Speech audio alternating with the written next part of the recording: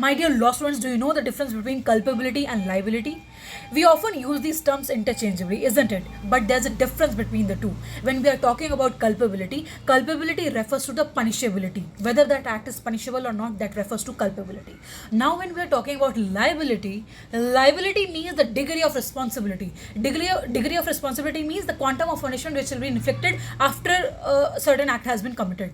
Okay, take the example. If I give you certain facts, the one line fact is that A kills B with the intention of killing him. Now, if we have to determine the culpable aspect, culpability, we'll see whether there was an intentional causation of death or not.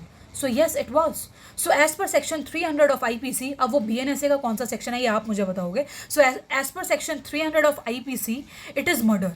So culpability is fixed. Now, in order to determine the liability of that act, we have to see section 302 of IPC, which will tell about the punishment of that act, that is punishment of murder. So this is how we'll bifurcate culpability and liability. In more simpler words, we can say that any section which is talking about the definition aspect, which is talking about actus reus and mens rea, that is talking about culpability. And the section which is talking about the punishment aspect, that is talking about liability. और अगर simpler words में अगर मैं आपको बताऊं तो उसमें ऐसा है कि once culpability is decided, culpability means कि whether the act that you have done whether it is punishable और नॉट, अगर आप इसको पहले डिटरमाइन कर रहे हो तो वो कल्पेबिलिटी है. And once culpability is decided, liability is fixed. Okay, so this is the difference between the to.